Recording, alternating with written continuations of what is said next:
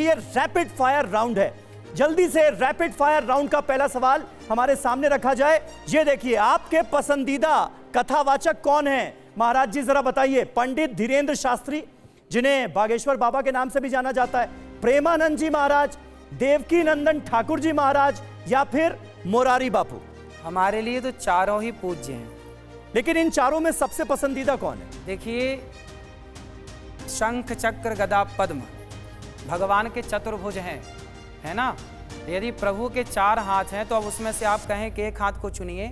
ये सभी भगवान के पथ पर चलाने की प्रेरणा देने वाले महापुरुष हैं, इसलिए हम चारों की वंदना करते हैं। चारों हमारे प्रिय हैं, चारों की चरण धूलि हम माथे पर रखते हैं। लेकिन बहुत अच्छी बात आपने कही, लेकिन धीरेन्द्र शास्त्री जी से कुछ ज्यादा ही लगाव लगता है, ऐसा है क्या? देखिए, वो हमारे मित्र हैं, वो अपना मानते हैं, दास पर कृपा करते हैं, मिलते हैं अच्छे से। पूज्य गुरु जी के पास भी हम जाते हैं, पूज्य महाराज जी के पास भी जाते हैं। सभी महापुरुषों का दास, हम बच्चे हैं ना सबके, हम छोटे हैं, तो सभी संत समाज का आशीर्वाद दास पे बना रहता है।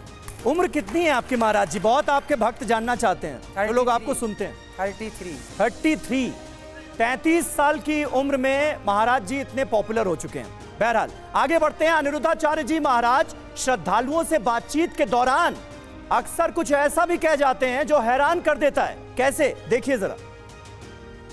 क्या पढ़ते हो? बाइबल। क्या कहती है बाइबल? गीता पढ़ती हो बेटा? नहीं। आप मानती हो कृष्ण को भगवान? जी मानती थी। मानती थी? जी। अब नहीं मानते? क्यों नहीं मानते?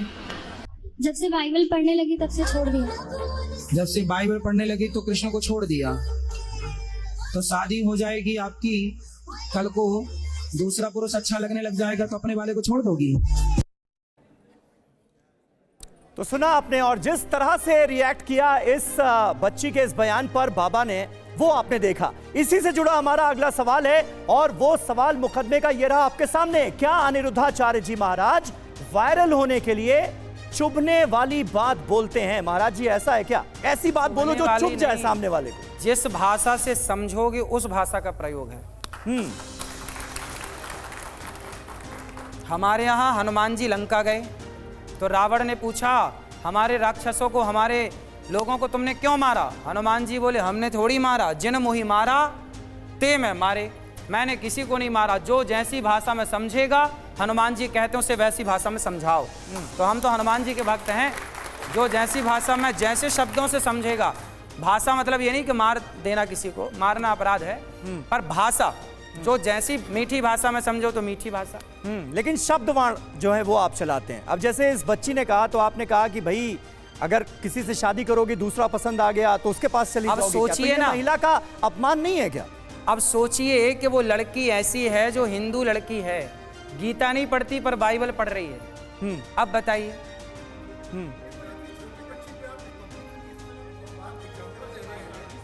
क्या तो क्या वाह, कहना चाह रहे हैं जी? देखिए ये प्रोत्साहन दे रहे हैं। देखिए, कई बार छोटी बच्ची है तो कृष्ण को ना जाने।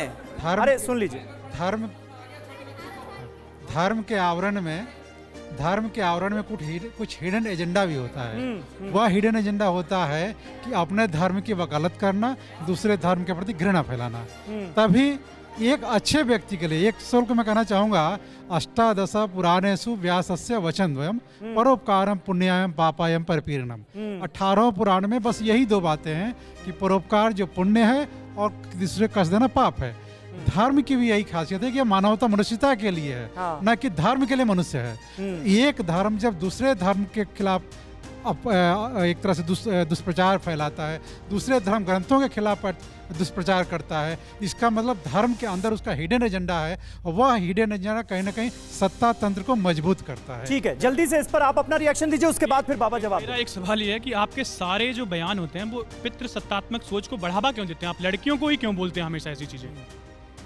और ये दूसरे धर्म को नीचा दिखा के आप हिंदू धर्म को क्या बड़ा करने वाले हैं? ठीक है, ये सारी गाइडलाइन जो है ये महिलाओं के लिए, लड़कियों के लिए क्यों है बाबा? लड़कों के लिए गाइडलाइन कब जारी करेंगे आप? सबके लिए, दोनों के लिए। दोनों के लिए। लड़का है, उन्होंने बोला परोपकाराय पुण्याय। देखिए इन्होंने बात किसकी की? परोपकार की। परोपकार की बातें तो कर रहे हैं पर परोपकार का ये समर्थन नहीं कर रहे हैं। आप सोचिए, एक ये दास अनिरुद्ध जो आपके सामने है, मेरी एज है 33 साल। इस 33 साल की आयु में मैंने जितना हो सका आज तक समाज की सेवा की। क्या सेवा की? 150 विद्यार्थी गौरी गोपाल गुरुकुल में पढ़ते हैं, उनका रहना फ्री, खाना पीनी फ्री, पढ़ना फ्री, कॉपी किताब सारा फ्री, रहना खाना सब पढ़ते हैं, सबकी फ्री व्यवस्था है। 280 माताओं के रहना खाना फ्री है।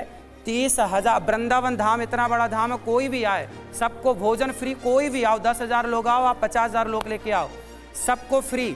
अब इस उम्र में यदि मैं इतना कर रहा हूँ और मांग के कर रहा हूँ, भीख मांग के, आप सबसे चोरी नहीं कर रहा हूँ मैं, अपने भाई बेटा अपने बाप से मांग सकता ना, पिताजी पैसे दो, मैं भी मांग रहा हूँ, बाप को देना हो देगा, नहीं देना हो नहीं देगा, मैं भी मांग रहा हूँ, कथा सुना रहा हूँ, मांग रहा हूँ और समाज की वृद्ध माओं की, बेसहारा माओं की सेवा कर रहा हूँ। ठीक है, जो और सेवा का आपने महाराज जी जिक्र किया है, ये सेवा ही परमो धर्मा। ये TV9 भारतवर्ष की टीम ने अपनी आंखों से देखा भी है। जरा दिखा देते हैं आपको। वृंदावन में वृद्धाश्रम के अलावा गौरी गोपाल अन्न क्षेत्र, जिसका अभी अभी जिक्र किया महाराज जी ने, वहां पर कैसे सेवा की जाती है, एक झलक आपको दिखाते हैं। और यहां पर अखंड रसोई चलाई जाती है, जहां रोज 25 से 30,000 संतों और भक्तों को भोजन उपलब्ध कराने का दावा है। इस रसोई के जरिए सुबह 8 बजे से रात 12 बजे तक भोजन की व्यवस्था रहती है। तस्वीरें देखिए आपके सामने हैं। फुटपाथ पर सोने वाले हजारों संत प्रसाद लेने यहां पर आते हैं। अनिरुद्धाचार्य जी महाराज बताते हैं कि आने वाले दिनों में संतों के लिए संत निवास बनाने का भी प्लान है। सुनिए। यहाँ का बहुत अच्छा प्रसाद है, चपाती वगैरह, राइस वगैरह सब अच्छा है। और सबसे अच्छी बात यह है कि यहाँ पर व्यवस्था बहुत अच्छी है। महाराज जी के लिए बहुत बहुत महाराज सबके लिए खाना खिला रहे हैं। मेरे को महाराज जी का बहुत कृपा जो यहाँ पे लोग आ रहे हैं। ऐसा प्रसाद पूरे भारत में कहीं नहीं है, ऐसे कोई भारत में है ही नहीं है। और गुरु जी भगवान की बात तो दूसरे गुरु जी हैं, उनके अलावा।